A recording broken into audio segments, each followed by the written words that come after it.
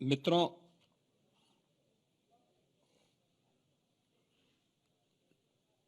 आदरणीय प्रधानमंत्री जी के प्रेरणादायी मार्गदर्शन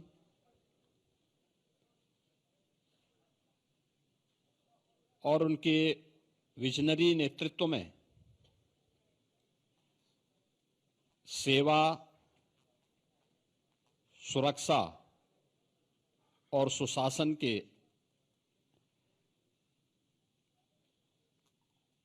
उत्तर प्रदेश की डबल इंजन सरकार के आज 8 वर्ष पूरे होने जा रहे हैं। इस अवसर पर भारतीय जनता पार्टी एनडीए के अपने सभी सहयोगियों की ओर से मैं आप सबका इस विशेष संवाद में हृदय से स्वागत करता हूं और प्रदेशवासियों को 8 वर्ष की इस शानदार यात्रा के लिए, जिसमें उत्तर प्रदेश की 25 करोड़ जनता जनार्दन का व्यापक समर्थन और आशीर्वाद प्राप्त हुआ है, इसके लिए उन्हें मैं हृदय से बधाई भी देता हूं। अभी यहां पर मंच पर उपस्थित मंत्रिमंडल के मेरे वरिष्ठ सहयोगियों और एनडीए के जुड़े हुए हमारे सभी वरिष्ठ नेताओं ने 8 वर्ष की इन उपलब्धियों को लेकर के उत्तर प्रदेश की इस यात्रा को डबल इंजन सरकार ने कैसे आगे बढ़ाया है, इससे संबंधित एक रिपोर्ट कार्ड आपके सामने प्रस्तुत किया है और एक लघु वीडियो फिल्म के माध्यम से भी उसे प्रस्तुत करने का प्रयास किया गया है।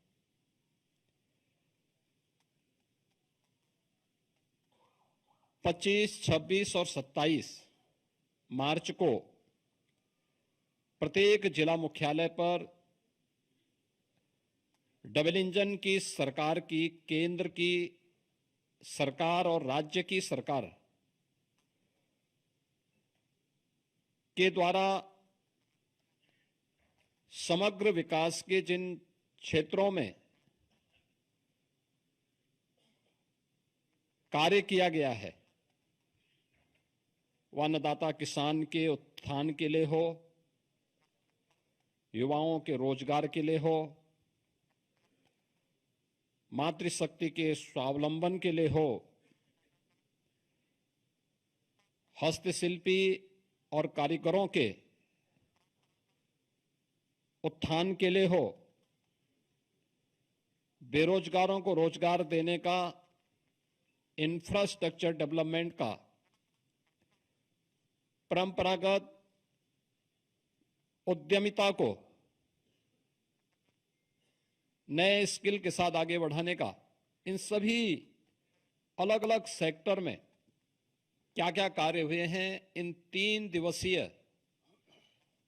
विकास उत्सव के माध्यम से जनपद के अंदर उस सभी सेक्टर से जुड़े हुए जो लाभार्थी हैं, जो युवा हैं, जो मातृशक्ति है, जो उद्यमी हैं, इन सभी के सम्मान से संबंधित और विकास की इन योजनाओं के प्रति जनता जनार्दन की प्रति कृतज्ञता ज्ञापित करने के लिए ये 3 दिवसीय कार्यक्रम कल से प्रत्येक जनपद मुख्यालय में प्रारंभ होने जा रहे हैं और इसीलिए मैंने आज आवश्यक समझा कि अपने सहयोगियों के साथ हम इस संवाद के माध्यम से आपके सामने इन 8 वर्षों की इस यात्रा के बारे में बताएं। आप में से ज्यादातर लोग जानते हैं 8 वर्ष पहले उत्तर प्रदेश की स्थिति क्या थी, उत्तर प्रदेश की पहचान क्या थी, उत्तर प्रदेश की अर्थव्यवस्था और उत्तर प्रदेश का इंफ्रास्ट्रक्चर क्या था, ये किसी से छुपा हुआ नहीं है। ये वही उत्तर प्रदेश है जिसके सामने पहचान का संकट था। ये वही उत्तर प्रदेश है जहां पर किसान आत्महत्या करता था, युवा पहचान के लिए मोहताज था, बेटी और व्यापारी असुरक्षित थी। ये वही उत्तर प्रदेश है जिसने दंगों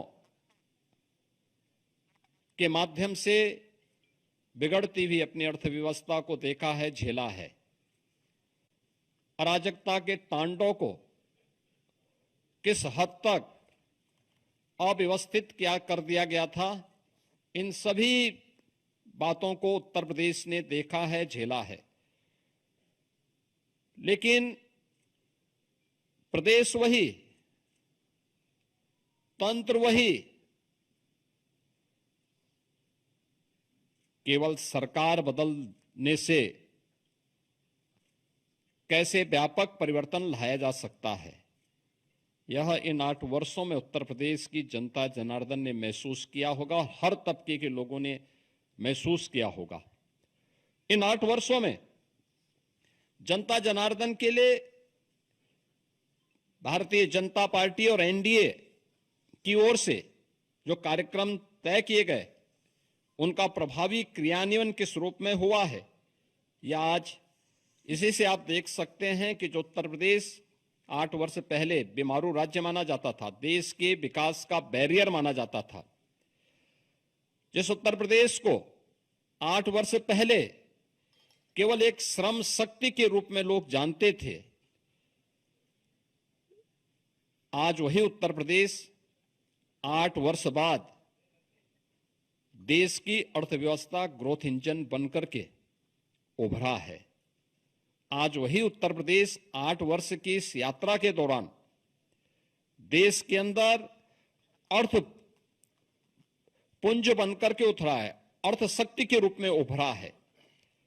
आज यही उत्तर प्रदेश प्रत्येक सेक्टर में जो देश के विकास का एक बैरियर माना जाता था, आज वही उत्तर प्रदेश देश के विकास का ब्रेक थ्रू बनकर के उसको एक नई दिशा देने के लिए हर एक सेक्टर में आगे बढ़ता हुआ दिखाई दे रहा है। खासतौर पर अगर मैं एग्रीकल्चर सेक्टर की ही बात करूं, 2017 के पहले उत्तर प्रदेश के अंदर ये क्षेत्र पूरी तरह उपेक्षित था।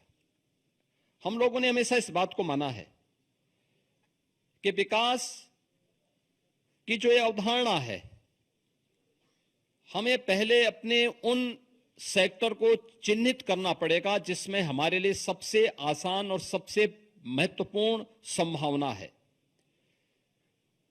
उत्तर प्रदेश प्राचीन काल से ही इस दिशा में 2 सेक्टर में बहुत आगे बढ़कर के काम करने वाला राज्य रहा है। इसमें एक कृषि प्रधान देश, प्रकृति और परमात्मा के असीम कृपा का यह प्रदेश, अत्यंत उर्वरा भूमि, पर्याप्त मात्रा में जल संसाधन, हमारे पास एक बड़ी आबादी यहां निवास करती है। इन सब को उचित और व्यवस्थित नियोजित करके हम देश के लिए खाद्यान्न उत्पादन का एक बास्केट बनकर के उभर सकते थे। तकनीक का उपयोग करके किसानों की आमदनी को कई गुना आगे बढ़ा सकते थे। लेकिन 17 के पहले उत्तर प्रदेश का किसान आत्महत्या कर रहा था। 17 के पहले उत्तर प्रदेश के अंदर कृषि सेक्टर में एक वीरानी छाई हुई थी। लेकिन इन 2017 के बाद ये डबल इंजन की सरकार ने जो व्यापक परिवर्तन किए हैं वह हम सबके सामने है। आपने देखा होगा जो कृषि की दर थी उत्तर प्रदेश में, वह 2016-17 तक केवल 5% के आसपास थी। आज बढ़कर के 13.5% से अधिक हुई है। और उत्तर प्रदेश की जीडीपी में इसके कारण 28% की बढ़ोतरी आज देखने को मिल रही है। और इसकी शुरुआत हमारी कैबिनेट ने, पहले ही कैबिनेट ने की थी। प्रदेश के अंदर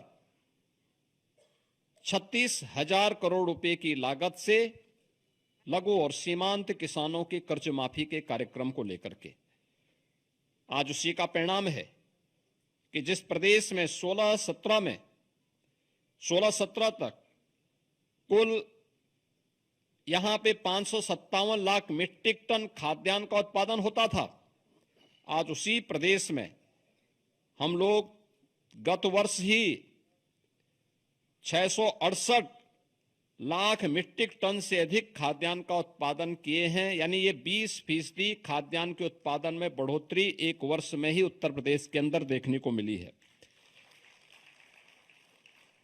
प्रधानमंत्री ऋण मोचन की योजना से लेकर के प्रधानमंत्री किसान सम्मान निधि की योजना तक हर एक क्षेत्र में आज किसान को डीबीटी के माध्यम से धनराशि जाती है। देश में आज के दिन पर प्रधानमंत्री किसान सम्मान निधि में 2,61,000 से अधिक किसानों को 80,000 करोड़ रुपए से अधिक की धनराशि डीबीटी के माध्यम से उनके खातों में गई है। प्रदेश के अंदर सिंचाई की क्षमता में व्यापक बढ़ोतरी हुई है। ये वही प्रदेश है वर्षों से जहां पर सिंचाई की परियोजनाएं लंबित पड़ी हुई थी। अर्जुन सहायक हो, बाणसागर हो, सरयू नहर राष्ट्रीय परियोजना हो, 40 वर्षों से योजनाएं लंबित पड़ी हुई थी। इस दौरान इन 8 वर्ष के अंदर प्रदेश सरकार ने, डबल इंजन की सरकार ने प्रधानमंत्री कृषि सिंचाई योजना का सहयोग लेकर के इन सभी परियोजनाओं को पूर्ण किया। लगभग 23 लाख हेक्टेयर के अतिरिक्त सिंचाई की सुविधा उत्तर प्रदेश के अन्नदाता किसानों को दी। प्रदेश के अंदर कृषि विज्ञान केंद्र स्थापित कराए। प्रदेश के अंदर कृषि विश्वविद्यालयों का उन्नयन किया। एक नए कृषि विश्वविद्यालय की स्थापना के लिए और 20 नए कृषि विज्ञान केंद्रों को कुछ सेंटर ऑफ एक्सीलेंस स्थापित करने की दिशा में कार्य प्रारंभ किए। टेक्नोलॉजी मिली, अच्छे बीज मिले। परिणाम क्या हुआ? धान में, गेहूं में, दलहन में, तिलहन में, श्रीअन्न में, हर एक सेक्टर में उत्तर प्रदेश एक नई स्पीड के साथ आगे बढ़ता हुआ दिखाई दिया। इसकी झलक मैं इसी बात से आपको देता हूं कि उत्तर प्रदेश में 2017 के पहले जो चीनी उद्योग लगभग बंदी के कगार पर था, अनुमान करिए व्यापक आंदोलन चलते थे, किसान अपने खेतों में आग लगाता था। वर्षों तक, जब 2017 में हम लोग आए थे तो 2008-9 से लेकर के 2017 तक गन्ना किसानों का गन्ना मूल्य का हजारों करोड़ रुपया बकाया था चीनी मिलों पर। सरकारें चीनी मिलों को औने पौने दाम पे बिक रही थी। आज भी माननीय उच्चतम न्यायालय में मामला चल रहा है, लेकिन हमारी सरकार आई, हमने एक भी चीनी मिल को बंद नहीं किया। बंद चीनी मिलों को रिवाइव किया।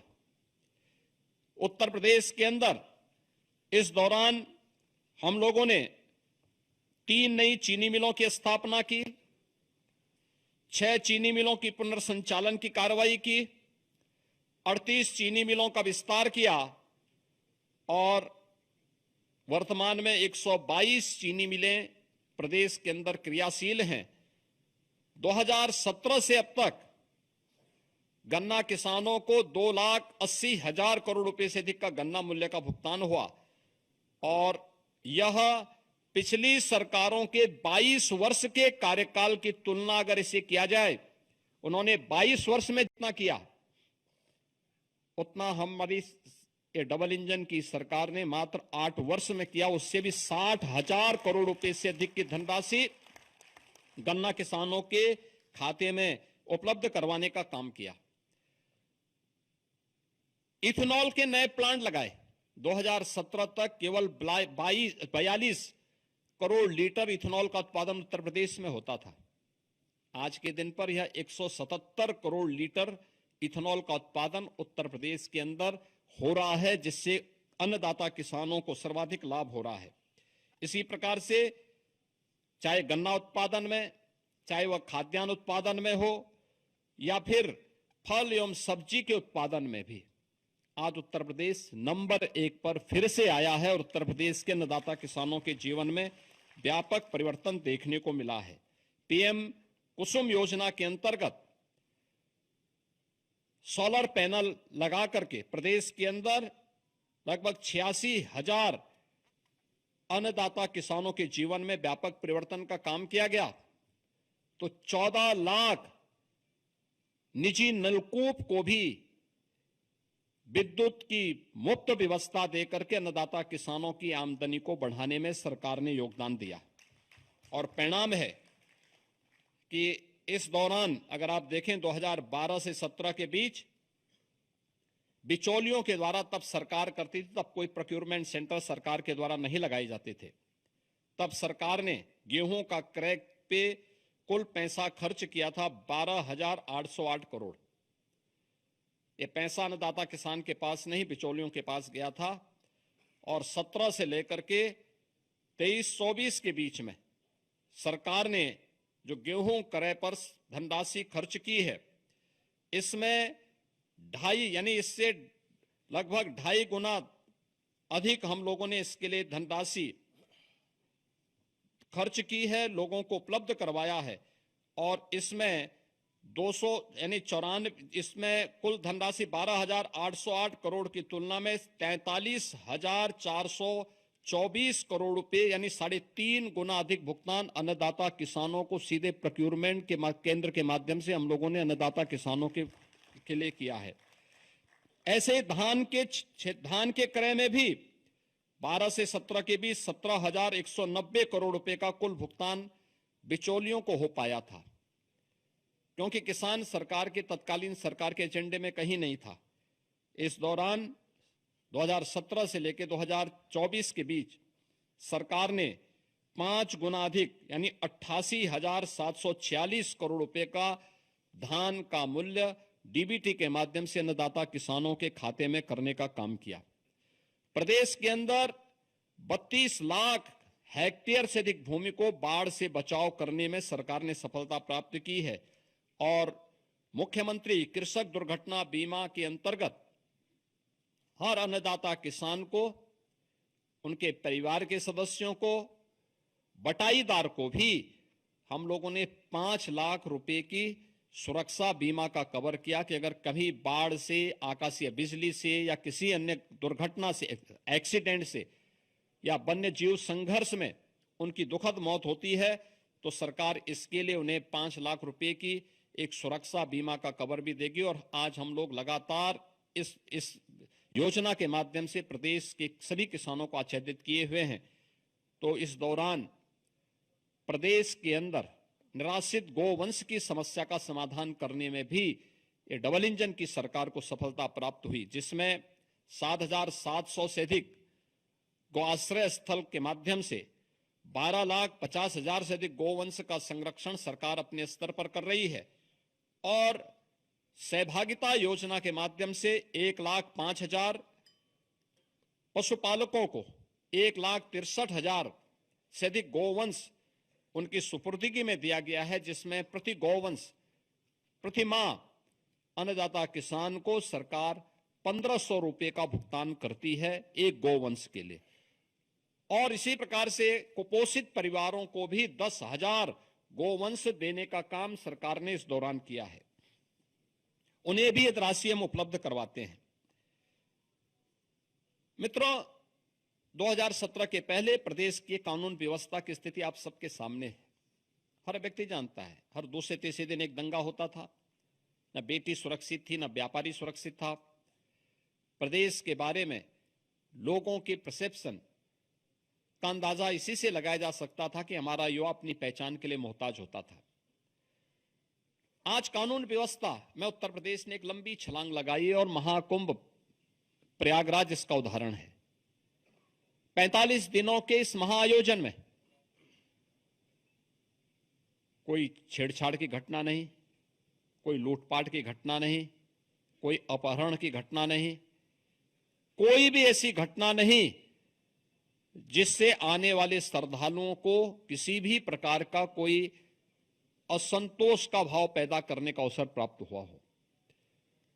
प्रदेश वही है, लेकिन इसके लिए जो ये व्यापक परिवर्तन हुआ है, इस व्यापक परिवर्तन का कारण है कि इन 8 वर्षों में सरकार ने व्यवस्थित तरीके से उत्तर प्रदेश पुलिस के बल को एक सिस्टम के साथ जोड़ा है। आप अनुमान करिए, अब तक उत्तर प्रदेश पुलिस बल में पिछले 8 वर्ष में, जब 2017 में हम लोग आए थे, 1.5 लाख पुलिस कार्मिकों के पद खाली थे। सरकार की नीयत पर जनता जनार्दन को भी और माननीय न्यायालय को भी संदेह था, क्योंकि भर्ती की प्रक्रिया पारदर्शी नहीं हो सकती थी, नहीं करते थे। लेकिन पहली बार हुआ जब पारदर्शी भर्ती की प्रक्रिया के माध्यम से सरकार ने 1,56,000 से अधिक पुलिस कार्मिकों की भर्ती, जो आज सेवा दे रहे हैं, उन्हें उत्तर प्रदेश पुलिस बल का हिस्सा बनाया है। और अभी हाल ही में 60,200 से अधिक पुलिस कार्मिकों की नई भर्ती भी संपन्न की है, जिन्हें कुछ ही दिनों के अंदर ट्रेनिंग की प्रक्रिया के साथ जुड़ने का अवसर प्राप्त होगा। यानी आप अनुमान कर सकते हैं कि 2,16,000 से अधिक केवल पुलिस कार्मिक अकेले उत्तर प्रदेश पुलिस बल में भर्ती हुए हैं। और ये भर्ती की प्रक्रिया के साथ साथ उत्तर प्रदेश में जब 17 में हम लोग आए थे, 10 जनपद ऐसे थे जहां कोई पुलिस लाइन नहीं थी। पुलिस के बैरक की स्थिति आप देख सकते थे, सब टूटे फूटे थे, कोई व्यवस्था उनके लिए नहीं थी। ट्रेनिंग मात्र 6,000 पुलिस कार्मिकों की ट्रेनिंग की क्षमता थी। आज उनके इंफ्रास्ट्रक्चर को बढ़ाया गया। सभी 10 जनपद जहां पे कोई पुलिस लाइन नहीं थी, या तो पुलिस लाइन का निर्माण पूरा किया गया, बल्कि पुलिस कुछ जगह निर्माण का कार्य पूरा किया या निर्माणाधीन है। हर जनपद में, हर थाने में पुलिस की अवस्थापना सुविधाओं के लिए बैरक का निर्माण किया गया। पुलिस की ट्रेनिंग क्षमता को कई गुना बढ़ाया गया। जिस प्रदेश में मात्र 6,000 पुलिस कार्मिकों की ट्रेनिंग हो सकती थी, पहली बार होगा, और उत्तर प्रदेश देश का पहला राज्य होगा जो 60,244 पुलिस कार्मिकों की एक साथ ट्रेनिंग कराने जा रहा है। एक साथ ट्रेनिंग कराने जा रहा है, और ये प्रदेश के अंदर ही ट्रेनिंग होने जा रही है। ऐसा भी नहीं कि हम कहीं दूसरे राज्यों में या कहीं अन्य जगह भेज रहे हों। ये अपने आप में उत्तर प्रदेश सरकार के द्वारा उठाए गए उन कदमों का परिणाम है, जो पिछले कुछ समय के अंदर हम लोगों को देखने को मिला है। और परिणाम आपके सामने है। एनसीआरबी की जो रिपोर्ट है, कितना परिवर्तन आया है, ये आप सबके सामने है। पिछली सरकारों ने दंगाइयों के काल के रूप में जाने जाने वाले पीएसी की 54 कंपनियों को समाप्त कर दिया था। यानी उन्होंने एक व्यवस्था, एक साजिश की थी कि जब यहां पे पीएसी ही नहीं रहेगी, तो फिर इसके बाद दंगाइयों को खुली छूट मिल जाएगी। हमारी सरकार आई, हमने इन सभी कंपनियों को फिर से बहाल किया, बल्कि महिला बटालियन की 3 महिला नई बटालियन भी गठित की। प्रदेश के अंदर अन्य महत्वपूर्ण स्थलों पर भी 5 नई पीएसी की बटालियन के गठन की प्रक्रिया को आगे बढ़ाया। एयरपोर्ट, मेट्रो की सुरक्षा के लिए, अन्य महत्वपूर्ण संस्थानों की सुरक्षा के लिए स्पेशल सिक्योरिटी फोर्स का भी गठन किया और उसकी 6 वाहिनियां गठित की। प्रदेश के अंदर सभी जनपदों में साइबर थानों की स्थापना की गई। हर थाने में एक साइबर सेल हेल्प डेस्क की व्यवस्था की गई। और आज प्रदेश के अंदर जो हमारी PRB 112 है, इसके रिस्पांस टाइम को 2017 के पहले इसका रिस्पांस टाइम 25 मिनट 42 सेकंड होता था, आज यह 7 मिनट 24 सेकंड का मात्र रह गया है। यानी आम जनता को कितनी जल्दी न्याय मिल सकता है, उस तक पुलिस का रिस्पांस कितनी फास्ट होगी, इसी से आप अंदाजा लगा सकते हैं। और प्रदेश के अंदर गृह विभाग, नगर विकास विभाग और जन सामान्य की मदद से 11 लाख से अधिक सीसीटीवी कैमरे भी लगाए गए। 11 लाख टीवी, यानी जो माननीय उच्चतम न्यायालय ने निर्भया कांड के बाद देश के अंदर एक व्यवस्था दी थी कि सेफ सिटी की परिकल्पना कैसे साकार होगी, सीसीटीवी कैमरे के माध्यम से उसे आच्छादित करने में उत्तर प्रदेश देश का पहला राज्य है जिसने अपने सभी 17 म्युनिसिपल कॉरपोरेशन के साथ साथ गौतम बुद्ध नगर में सीसीटीवी की कार्रवाई को पूरी तरह आच्छादित करने का काम किया है। ये सभी सीसीटीवी कैमरे आज वहां पर कार्य कर रहे हैं। किसी भी समाज में नारी की सुरक्षा, सम्मान और स्वावलंबन का कार्य संपूर्ण समाज के स्वावलंबन का आधार बनता है। आदरणीय प्रधानमंत्री जी ने इसके लिए नारी सशक्तिकरण के लिए नारी वंदन अधिनियम भी देश की संसद ने पारित किया है। उत्तर प्रदेश ने शुरू से इस पर ध्यान दिया है। अभी हम लोगों ने 60,200 पुलिस कार्मिकों की भर्ती संपन्न की है। आप अनुमान करिए 1947 से लेकर के 2017 तक उत्तर प्रदेश पुलिस बल में मात्र 10,000 महिला पुलिस कार्मिक थी और अकेले एक भर्ती में जो अभी होली के एक दिन पहले भर्ती संपन्न हुई है, इस भर्ती में 12,000 से अधिक महिला कार्मिक अकेले भर्ती हुई हैं। इससे पहले 1,26,000 की जो भर्ती संपन्न हुई, 1,56,000 की जो भर्तियां हम लोगों ने यहां पे संपन्न की थी, 25,000 से अधिक महिला कार्मिक उसके माध्यम से हम लोगों ने उत्तर प्रदेश पुलिस बल का हिस्सा बनाया है। और आज उसी का परिणाम है कि उत्तर प्रदेश में जो महिला वर्क फोर्स है 2017-18 के पहले जो 13-14% के आसपास थी, आज वो बढ़कर के 35% से अधिक हुई है। प्रदेश के अंदर मातृवंदना योजना में, केंद्र सरकार की प्रधानमंत्री मातृवंदना योजना में 60 लाख माताएं इससे लाभान्वित हो रही हैं। तो बेटी के जन्म लेने से लेकर के स्नातक तक की पढ़ाई के लिए दी जाने वाली 25,000 रुपए की सहायता में उत्तर प्रदेश की 22,11,000 बेटियां इस योजना का लाभ प्राप्त कर रही हैं। प्रदेश के अंदर वीसी सखी सभी 57,000 ग्राम पंचायतों में बैंकिंग की सुविधा में अपना योगदान दे रही हैं। तो महिला स्वयंसेवी समूह में लगभग 1 करोड़ बहनें योगदान देकर के आर्थिक स्वावलंबन की दिशा में अपना योगदान दे रही हैं। मुख्यमंत्री सामूहिक विवाह योजना में 4,76,000 से अधिक सामूहिक विवाह के संपन्न हुए हैं, जिसके लिए इस बार के बजट में सरकार ने तय किया है कि 51,000 से अब इस राशि को बढ़ा करके अप्रैल से इसको 1 लाख रुपए करने की घोषणा भी की है, जिसको हम अप्रैल में लागू करने जा रहे हैं। प्रदेश के अंदर उत्तर प्रदेश राज्य ग्रामीण आजीविका मिशन के अंतर्गत भी 95 लाख से अधिक महिलाओं को इस कार्यक्रम के माध्यम से स्वावलंबन के साथ जोड़ने का कार्य हुआ है और 2 लाख से अधिक महिलाएं पीएम स्वनिधि योजना में स्ट्रीट वेंडर में लगी हुई महिलाओं को उस योजना के साथ जोड़ा गया है और 1 करोड़ महिलाओं को पीएम स्वामित्व योजना में, जहां पे झोपड़ी है, जहां पे मकान है, वहां का मालिकाना अधिकार देने का काम ये देश के अंदर नंबर 1 पर उत्तर प्रदेश ने सर्वाधिक घरौनी, पीएम घरौनी देने का काम उत्तर प्रदेश ने किया है। प्रदेश के अंदर उत्तर प्रदेश में 7 जनपदों में हम लोगों ने इस बजट में व्यवस्था की है कि कामकाजी महिलाओं के लिए पुण्यश्लोका लोकमाता अहिल्याबाई होलकर के नाम पर वाराणसी, मेरठ, प्रयागराज, कानपुर, झांसी, आगरा और गोरखपुर में कामकाजी महिलाओं के लिए छात्रावास के निर्माण की कार्रवाई को भी हम लोग इस नए बजट में क्रियान्वित करने जा रहे हैं। मित्रों, प्रदेश वही है जिस प्रदेश का युवा पहले अपनी पहचान के लिए मोहताज था।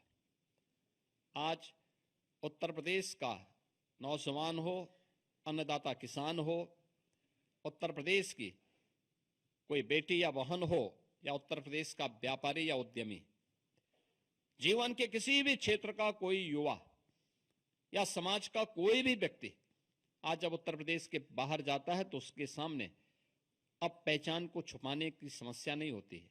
आज वो बड़े गर्व के साथ अपने आप को उत्तर प्रदेश वासी कह सकता है और नए भारत का नया उत्तर प्रदेश किस रूप में अपनी युवा शक्ति के बल पर आगे बढ़ रहा है, यह हम इसी से अंदाजा लगा सकते हैं कि 2016-17 में जिस उत्तर प्रदेश की बेरोजगारी दर 19% से अधिक थी, आज वह घट करके मात्र 3% रह गई है।